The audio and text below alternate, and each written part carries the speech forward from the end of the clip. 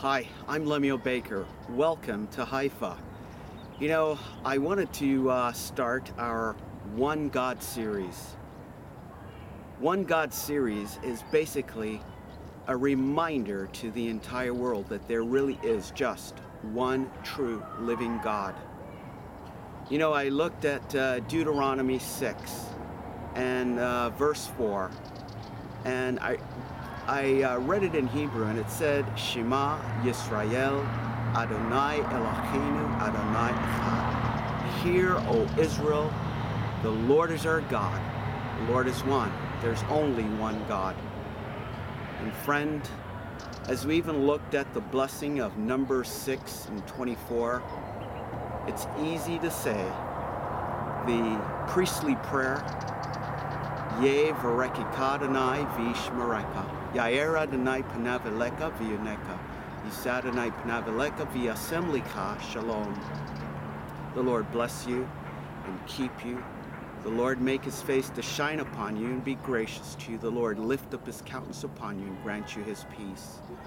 You know, in the book of 1 Kings, chapter 18, verses 36 especially through 39, we see an encounter between the God of Elijah, Elohim, the true God, and the prophets of Baal.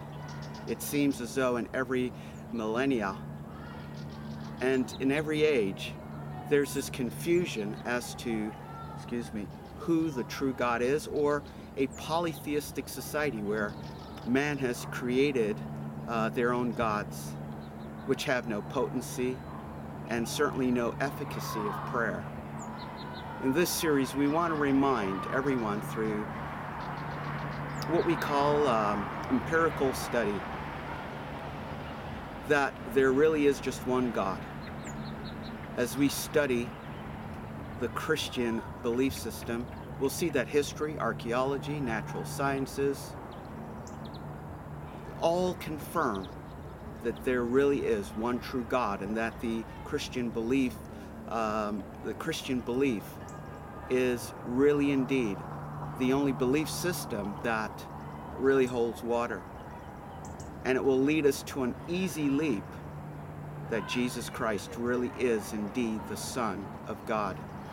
We see in 1 Kings chapter 18, 36 through 39, the prophets of Baal obviously asserting that they are of the true God, which was Baal. Elijah, to him it was no contest. It was the one true God against gods of wood, gods of stone, inanimate objects.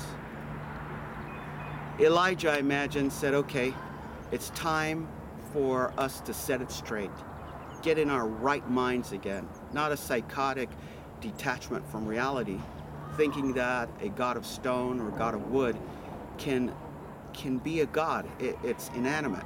It has no life. It has no power.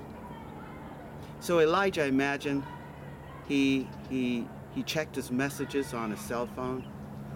He texted his BFF, checked his email, returned his phone calls. And after the prophets of Baal cut themselves, laid on the sacrifice, chanted one easy prayer, the true God of heaven sent fire down, lapped up the water in the trench, consumed the wood, the stone, the soil, and the sacrificial calf on the altar built of 12 stones by Elijah. It was an easy task. Every time man goes against God and pushes him to the point where it's on the fringe of the population being destroyed, apologetically, God brings convincing proof. And there is already convincing evidence that there is one true living God. But he displays his power as he did with Elijah. It was an easy task. It was no contest.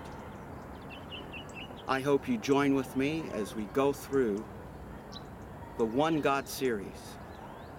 I pray for you that God will bless you, strengthen your faith. We'll talk with you some other time. We'll see you for the series. Bye-bye.